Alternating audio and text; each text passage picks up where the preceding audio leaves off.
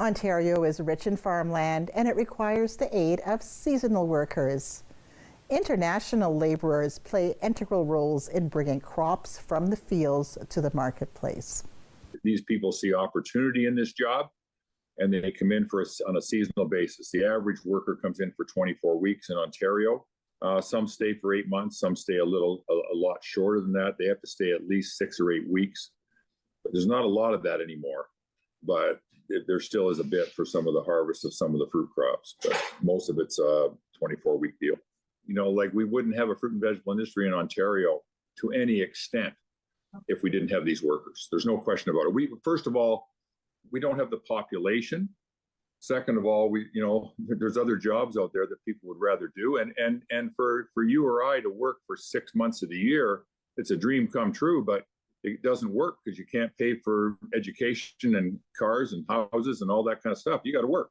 And so this works for them because they go back home and they enhance what they do back home. Like they build better houses. Some of them own small farms. They buy a little more land. But the most thing that these guys do is they educate their children. Thousands of these workers have kids with university degrees.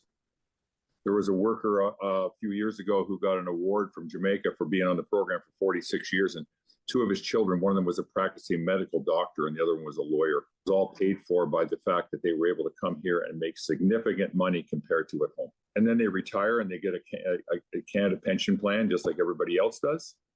And so it's a really nice program that actually does work. You know, most of the people that I represent, the farmers, they're good folks who value these people being there. They value them so much that a lot of them think of them as family. Coming up, from the field to your fork in under 20 minutes. This is not something that most cities in Ontario, in Canada, have access to. It's so special. We have an opportunity here in Waterloo Region to be a bridge between urban and rural communities. And I think that Waterloo has such a special opportunity to help us understand each other's perspectives.